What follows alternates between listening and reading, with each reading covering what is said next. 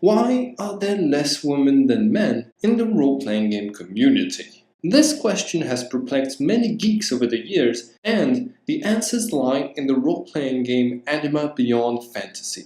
I'm the Endorsist, and this is a review of the month. 1.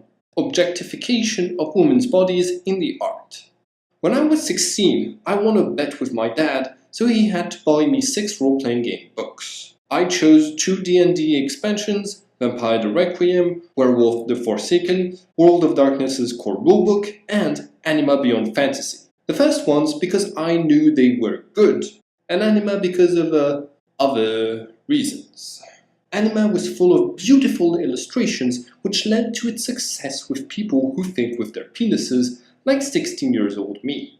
I soon learned to play Anima and it became my favorite game. I wanted to play it with everyone, but half the people I talked to seemed less enthusiastic than the other half. Women didn't relish the idea of playing a game that portrayed them like this, and men like this. I only understood later that this aspect of the game that was so appealing to me was part of a larger trend in geekdom of objectification of women's bodies. This is when feminine bodies are represented as sexual, while typical masculine bodies are portrayed as strong and shows a power fantasy which is denied to the other half of geekdom. And this is a major turnoff for a lot of people, which I can understand. 16-year-old me wouldn't have bought this book if this illustration had been replaced with that of a guy in a mankini. So I decided to play Anima without portraying my feminine characters in a sexual way, hoping that this would fix the problem and more women would feel welcome in my games. But I had failed to take into account one important factor. 2. Games get communities that reflect them. If a game is sexist like Anima is, it will get sexist fans. The illustrations had convinced a lot of young boys like me to buy the game. I thought the images were nice and not a problem, and so does the fanbase. So nowadays, this mentality is still prevalent in Anima fans and in a lot of geek communities that center on media with a lot of objectification. Manga and anime have a lot of this in the fandom, but so do comics and other media.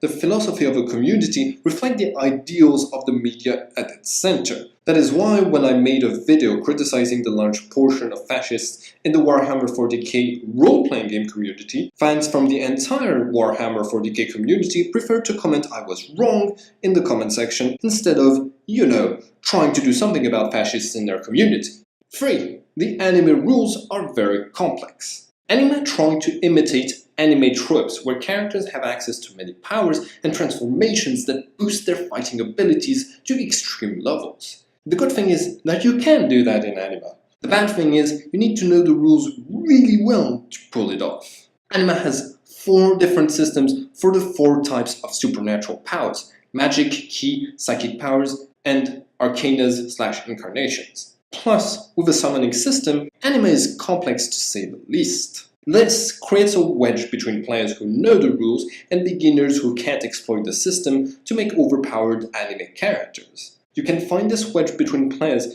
in every role-playing game of the old generation, but Anima pushes it to a new level. And this is a problem because it can easily turn off new players to the hobby. It also amplifies the community problem. 4. Fans of Anima tend to be min-maxing sexists. The longer you play a game, and the better you know the rules. Also, new books come out and give you more options to create overpowered characters. It's been 10 years and 6 expansions since I bought the core rulebook, and by now, people who are still fan of the game are mostly sexist men. I also want to mention that I have quite an inferiority complex, and the power fantasy of making overpowered characters kept me interested in that game longer than I'd like to admit. And I know a few other Anima players who are probably the same. So realizing these problems are there for the Anima players is the first step to solving them. As with all of the games I critique on this channel, it is possible to fix or bypass the problems in the game without abandoning it. We could all take a moment to reflect on what could be changed and improved, both in the games we play, the stories we tell, and within ourselves. Or we could switch to a better game. Fine, what you should play instead? Masks? A New Generation. Usually in this section I try to have a game that solves the issues with a similar mood, but I looked, and I couldn't find a single anime or manga role-playing game that doesn't objectify women. Not one. OVA has objectification, Small Mouth Big Eyes has objectifications, and so I have no choice but to suggest Masks.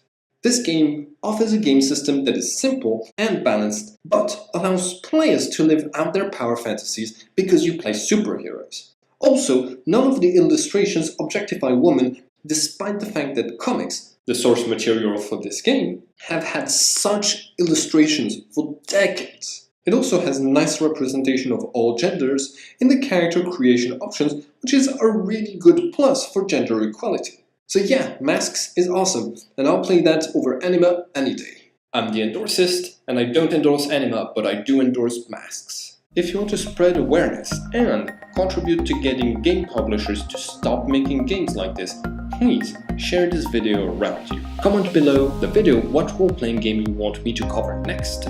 And don't forget to like and subscribe for more content like this.